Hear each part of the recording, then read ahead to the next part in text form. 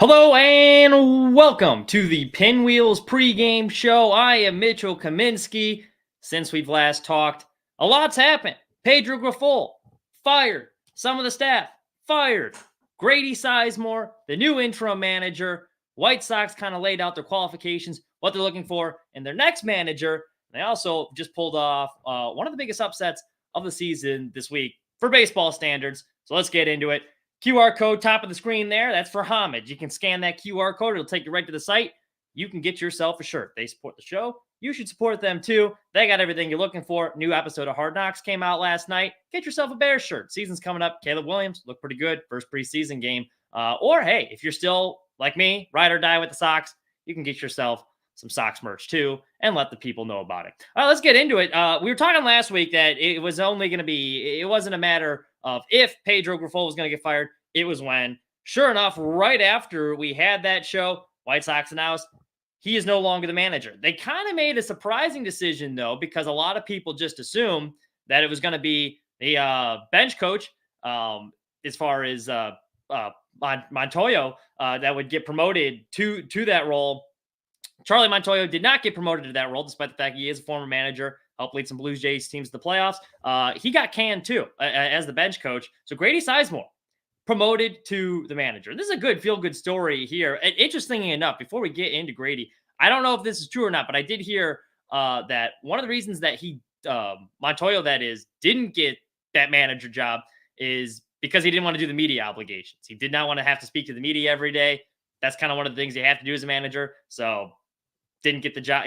He almost more or less did not want the job, was what I had heard. Don't know if that's how true or not that is, but I did find that interesting because he seemed like he would have been the leading candidate, especially because one of the reasons they fired Pedro is for lack of development of certain players. That's kind of what they're looking for, is just some growth and progress at this point in the season. Pedro obviously was not getting that done. They showed clear regression since he took over that role. So you would think they'd want someone with experience there, but it's kind of his right-hand man on the bench. I kind of like the move that Chris Getz made, cleaning house, promoting Grady Sizemore. Now, Grady Sizemore, obviously, I grew up watching him play.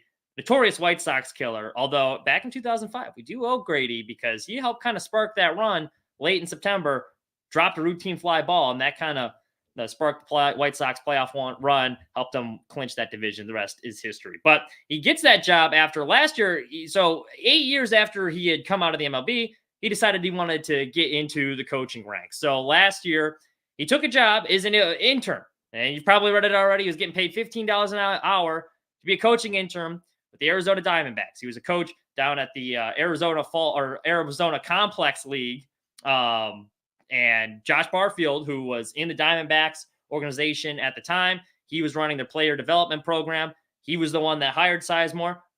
When Barfield got the job in Chicago, he kind of put in the good word for him. Hey, this Sizemore guy, I kind of liked him, but what he was doing in Arizona, White Sox hire him. His official designation, major league coach. Now they have all these shakeups. Not many people on the coaching staff survive. Ethan Katz is another notable one. We'll talk about it in a sec, but he gets promoted to the manager role. I do like this decision because the rest of the season, as we mentioned, it's all going to be about player development and growth. Pedro obviously he had a tough time reading the room and knowing what the right things to say. Like part of being a good leader is holding yourself accountable, admitting when you make mistakes, not just doubling down and adapting and learning on the fly. It didn't seem like he really knew how to do that because, this team needed accountability, which is tough to do when manager rarely held himself accountable. And it was kind of tough, even down to the bitter end. It seemed like there was times like he just didn't know like what the right things to say. Like he couldn't read the room. Like when he was kissing Jerry's ass on the way out, that was something like, what are you doing, man? Like, we all know you're going to get fired soon. This is just sad. This is a sad look on the way out, you flailing to try and save your job. And he just and so the players see that too, all this going on. So I can only imagine what was like behind closed doors as he's trying to motivate this team. So now you have this is someone that a lot of these guys, especially these younger kids, probably grew up watching. Grady Sizemore. Very decorated resume. Multiple-time Gold Glove winner, 3-time All-Star. If it wasn't for injuries, those career numbers could have been a lot better. But you look up his baseball reference page, it's pretty impressive. And that's with all of those injuries. So I kind of like where Getz went. Hey, let's get a former player in there and help rally these guys early. And early on, the returns, quite frankly, they've been pretty positive. It looks like the players have responded.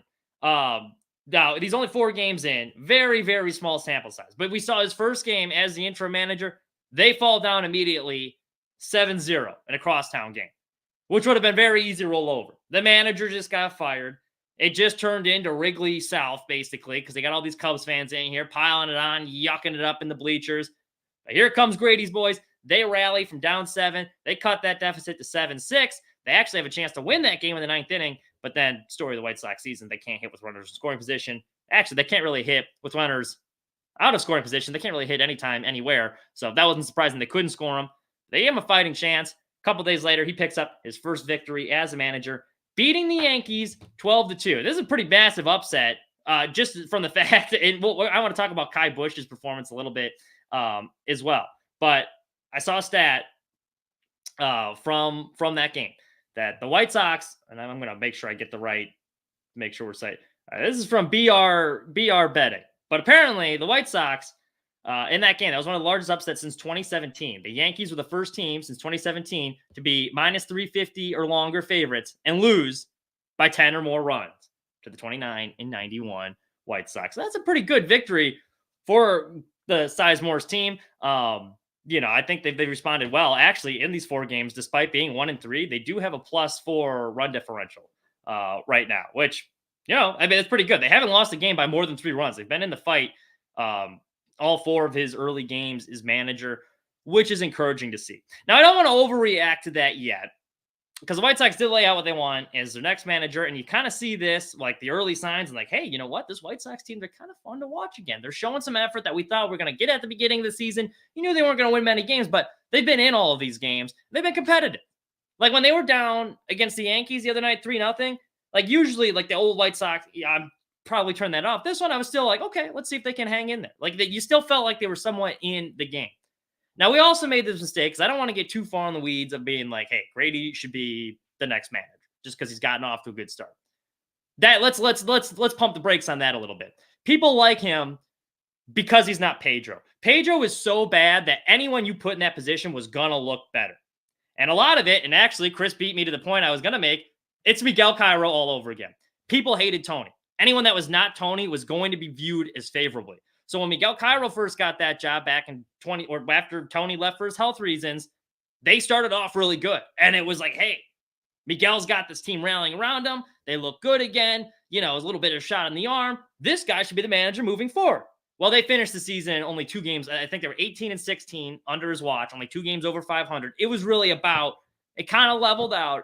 It was about what it was with Tony as the manager. But because he wasn't Tony, and everyone hated Tony, he was the guy that everyone was like, hey, yeah, this should be the. So I don't want to make that mistake again with Miguel or with Grady Sizemore. It's a couple guys games, sure.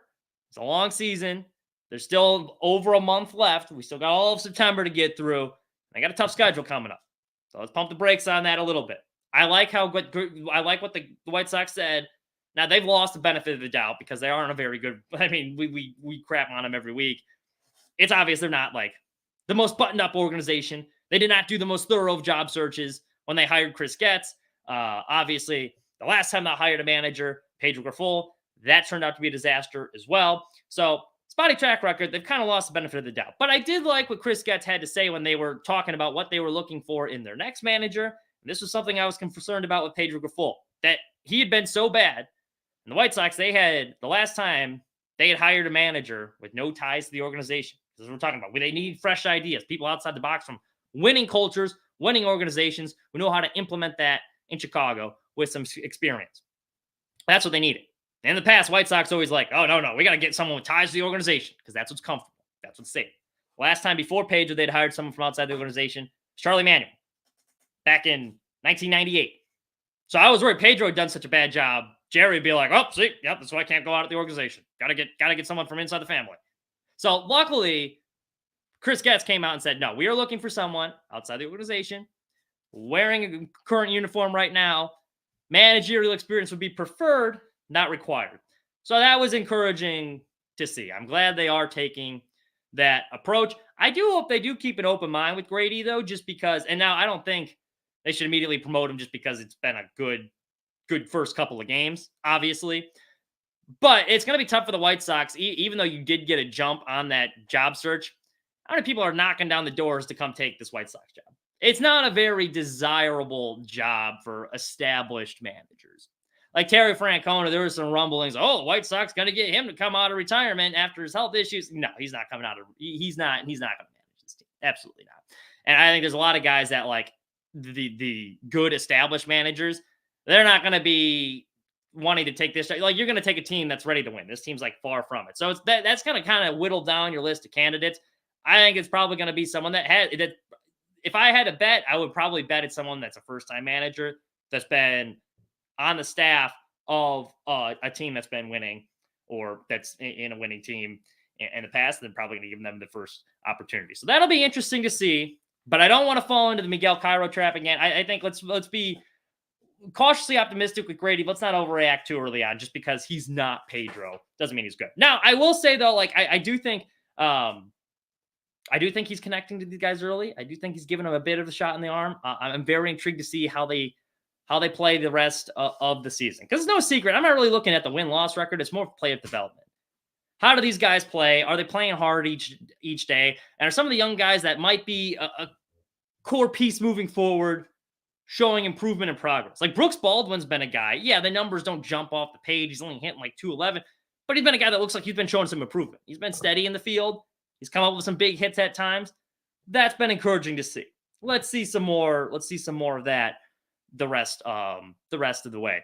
So yeah, and for Grady too, he's got to be managing every game. And I think he even came out and said this. He's got to be managing every game like it's World Series because he's trying to turn some heads and get a job. That's very rare. The fact that it is kind of crazy. He is a feel good story for sure, which is why I'm rooting for the guy to be an intern getting paid $15 an hour and then 1 year later be managing a Major League Baseball team. I mean, that's pretty impressive.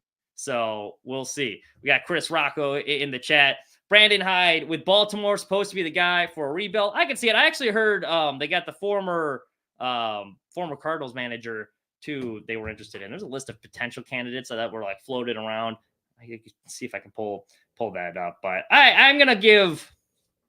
It's interesting because Chris Getz is the general manager. I wanted to keep an open mind and give him the benefit of the doubt.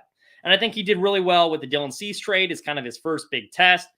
This trade deadline, not crazy about, but I mean, the jury's still out. We got to see how these guys perform, the prospects they got back. But on paper, it looked like we kind of underperformed there.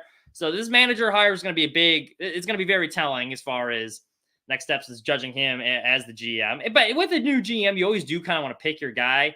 I think they gave Pedro a fair shake. He gave him a chance. Like they gave him an opportunity to keep that job. But quite frankly, like if you were that bad at your job, like you probably wouldn't have stuck around as long as Pedro did. So I thought they were more than fair to the guy, let him stick around as long as they did, even after that. They even gave him a chance with the secret meeting with Jerry and gave him a couple more games. So, but this is gonna be very telling for Chris. Now he's gonna finally get his guy in there that they want, and we'll see. It should be very telling. Now let's take a look at something that also came out this week. The MLB Pipeline, they came out with their updated prospect rankings. And let's be honest, the White Sox kind of have to, it sucks. We already were duped by the first rebuild, being invested and everyone bought in. Not many people buying in this time.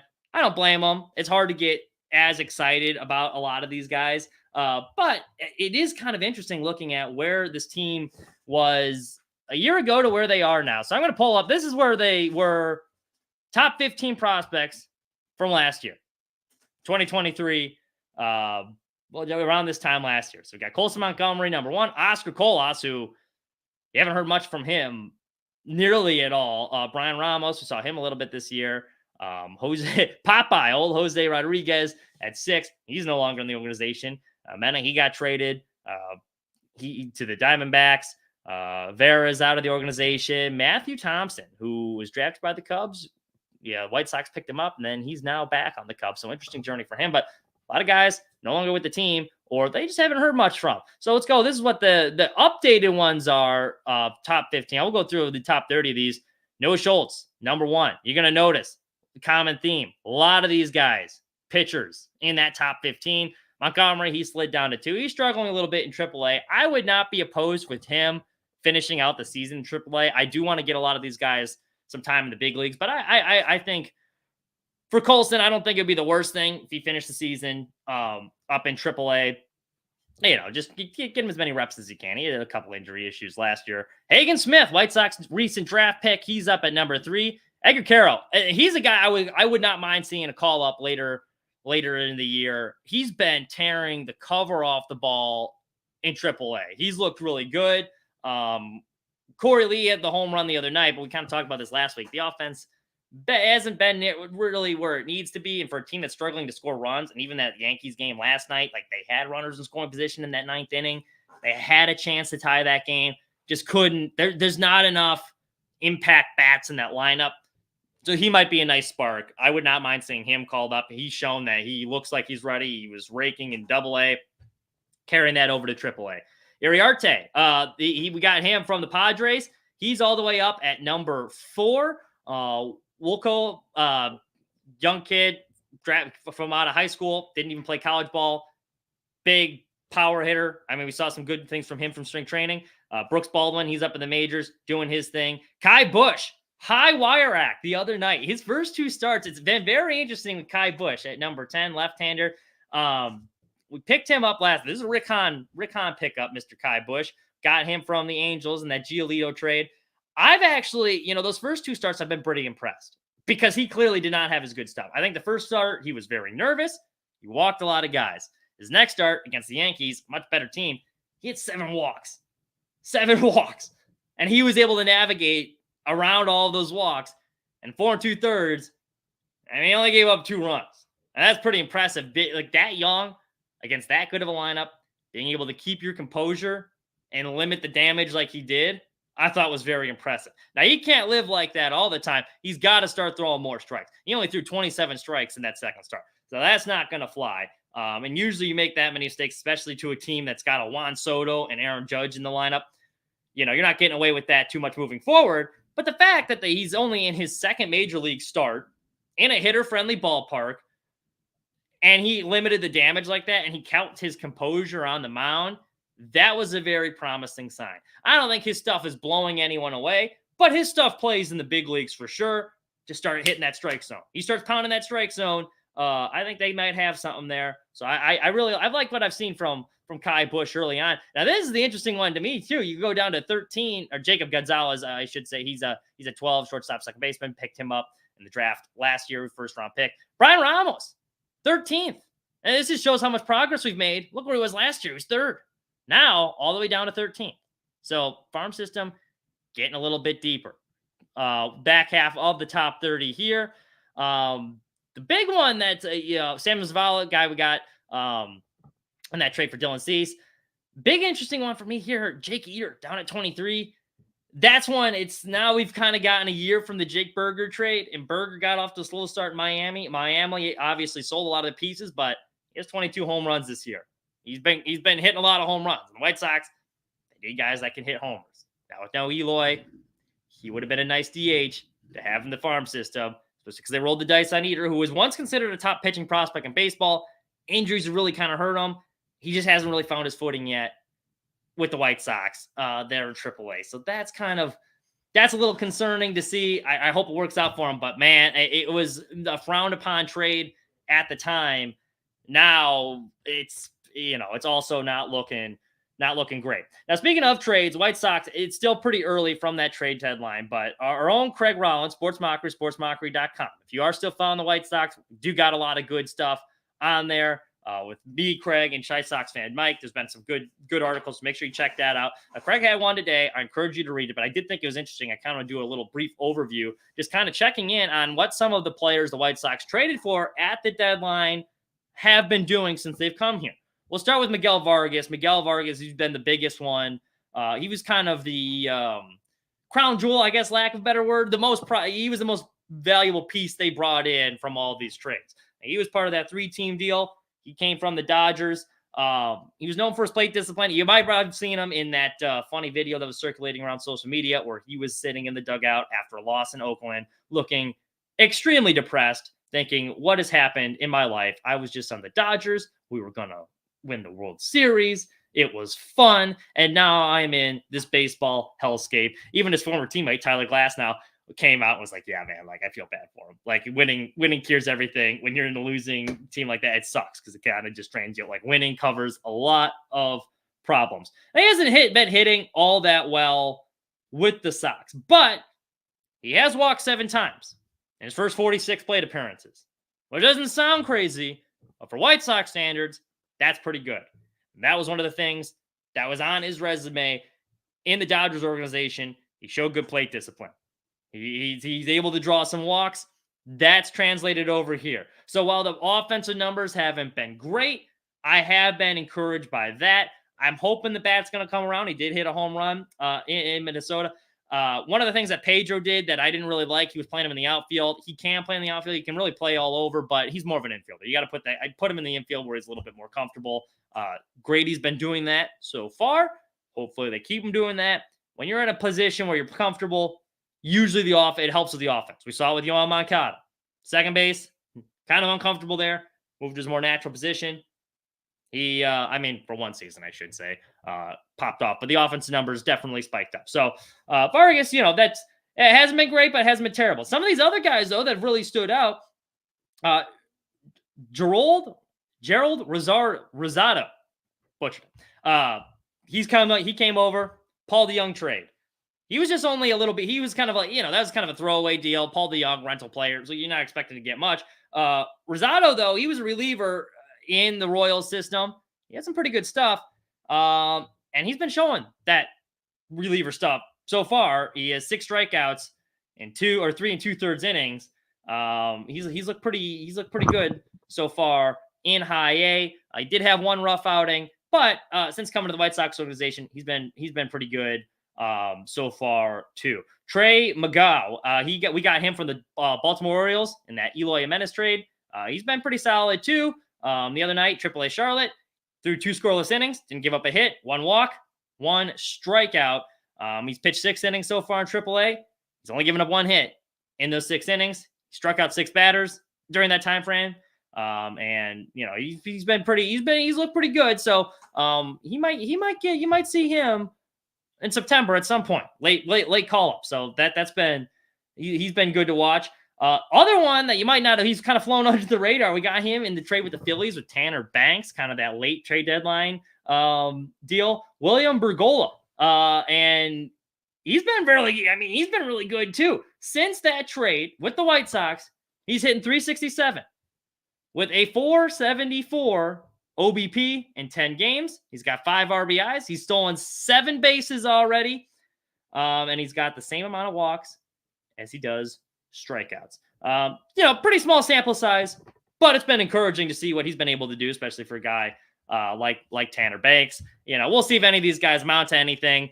Vargas is going to be the one to really pay attention to going on, but some of these throwaway pieces, they've looked good early on in the minors, so that's encouraging.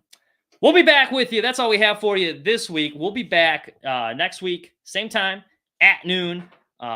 White Sox got one more against the Yankees tonight, and then I believe they head on the road for the first road game of Mr. Sizemore's career as a manager. They're going to head to Houston and then San Francisco. So that's a tough road trip. I'm sure there will be plenty to discuss once we get back there. A couple guys to keep watching. Kai Busch's next start, very intrigued by him. Jonathan Cannon, bit of a rough outing last night, but he's been encouraging too. And then Thorpe, I believe he got a little dinged up his last start, but it'll be interesting to see how he finishes out the season too. So looking for development from some of these guys, but baseball's been a little bit more fun to watch early on. Not going to fall into the Miguel Cairo trap like we did last year. Cautiously optimistic. At least the baseball is watchable again. Oh, one more thing I did want to talk about. Before we get to that, I do want to kind of talk about some of the nonsense that happened in the Crosstown series off the field. I can't believe we almost skipped over all of this. It was really funny because I saw Paul Konerko had the promo to try and get people hyped up for this Crosstown series. And he was talking about how, you never forget your, first Crosstown series moment, whether you're a player or a fan. It's all about, first, someone's going to experience their first Crosstown moment this time around. And I thought this weekend was the perfect snapshot of like what chaos those crosstown games are, because it's always a shit show as a fan. I used to love those rivalries, and now it's like not even worth going because it's a zoo at these games. I remember my first crosstown game. I was in second grade. We're in the upper deck 500 level, and we had a pair of state troopers behind us. They were off-duty state troopers at the time, but they were hammered. They had a great tailgate, and I got a beer spilled all over me by one of them in the fifth inning. Carlos Zambrano was pitching that game.